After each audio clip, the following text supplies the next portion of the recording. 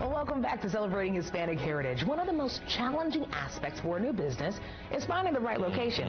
And if English is not your first language, it can be a pretty daunting task. Kelly Ibanez, the owner of Libetard Real Estate, a bilingual company, is working to bridge the language gap for business owners new to Indiana, and she's passionate about helping her community. So I got into real estate because I actually had a background in radio and TV, but I just felt like there was something missing in my life. And I saw the rise of the demographic of the Latino community.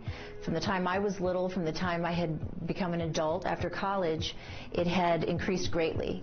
So I thought that there was real opportunity for me to use my language skill in order to not only help a community that really needed help, but also to help a community that was really in need of being educated in the whole investment real estate world.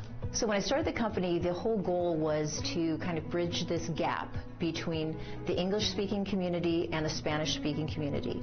So whether it was bringing buyers and sellers together or landlords and tenants on the commercial side, there was not, at that time, 20 years ago, a lot of Spanish-speaking individuals that were versed in real estate to be able to kind of bridge that gap between these two parties that obviously had business dealings that could be had with each other. So I saw myself as kind of this interim person that could help bring both sides together to make deals happen. Simply speaking, it's translation, but if we get into a little bit more depth, it's every aspect of business ownership, whether it's opening up an LLC, a corporation, the types of permitting that is needed to, let's say, open a restaurant. It's the whole facet of being an entrepreneur here and, helping our clients start a successful business right from the beginning. So we're really there from the beginning throughout the growth of the business, and we're here for when they're open their second, third locations, whether it's here or sometimes throughout the United States. Looking at the United States, we truly are a melting pot.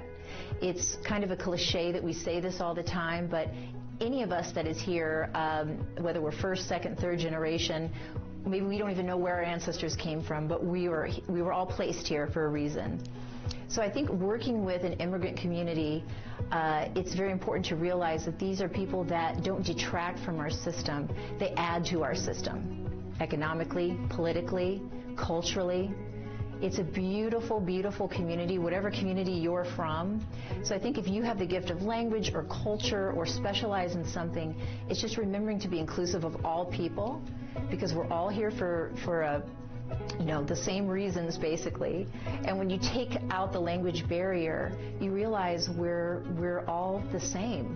But I think the biggest thing I would want the community outside of the Hispanic community to understand about the Latino community is that these are entrepreneurs. These are hardworking, intelligent people that are contributing so greatly to our economy. I mean, this is $1 trillion business. And the demographic is growing. It's beautiful, and there's money to be made by all of us. And I couldn't be more proud to be a part of this company and do the things that we do. When Celebrating Hispanic Heritage returns, Camila Fernandez takes us to an art exhibition that is giving a voice to Latina artists. We'll be right back. Fall